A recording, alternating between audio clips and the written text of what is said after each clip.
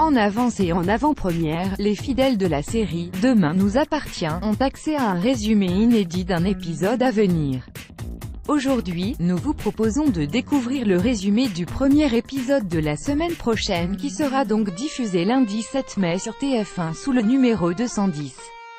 Pour ne rien rater des infos, résumés et exclus et vidéos sur Demain nous appartient, rejoignez la communauté des fans de Demain nous appartient notre page Facebook en cliquant ici. Demain nous appartient, le résumé de l'épisode 210 du lundi 7 mai 2018. Chloé se confie à Sandrine, elle lui raconte qu'elle les a vus dans la rue et qu'elle a vu Guy lever la main sur sa femme. Sandrine lui demande si elle n'a pas pu interpréter son geste. Chloé est sûre d'elle, seulement elle sent veut de n'avoir rien fait. Quant à Alex, il doute de ses capacités à gérer le Maastricht, mais Thomas le rassure, c'est une super proposition et il a toutes les capacités, et il suffit d'apprendre le job, et en plus, Thomas souligne que ça pourra lui permettre de créer de vrais liens avec sa mère biologique. Lorsque Guy les rejoint, il a une idée de partenariat entre leur chambre d'hôte et les huîtres. Guy envisage même d'investir dans le mât familial des Bélanger.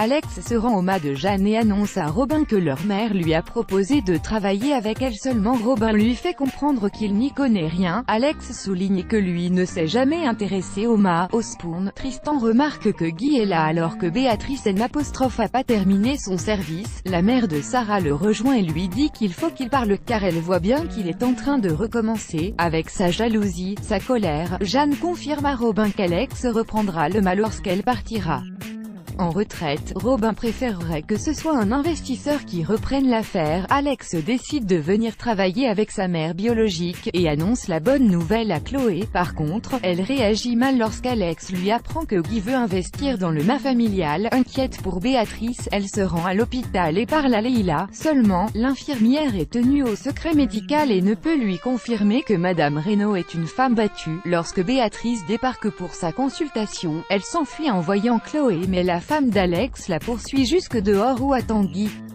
Lorsque Béatrice le rejoint, elle prétend s'être trompée sur la date de la consultation, mais Guy voit bien qu'elle ment et commence à l'empoigner violemment. Il lui demande ce qu'elle a dit à la mère Delcourt. Béatrice lui dit qu'elle n'a pas parlé. Le ton monte, il se montre plus violent. Chloé intervient, le pousse violemment, il tombe sur le bitume, sa tête a heurté le trottoir et du sang coule de sa tête.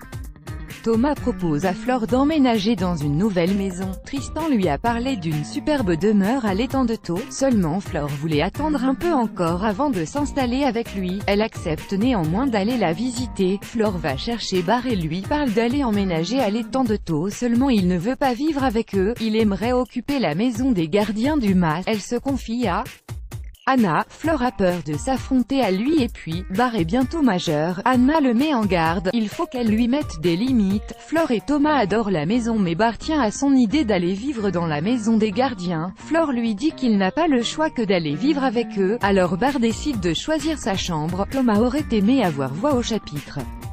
Vous avez aimé notre article? Merci de le partager sur les réseaux sociaux. Léger sourire.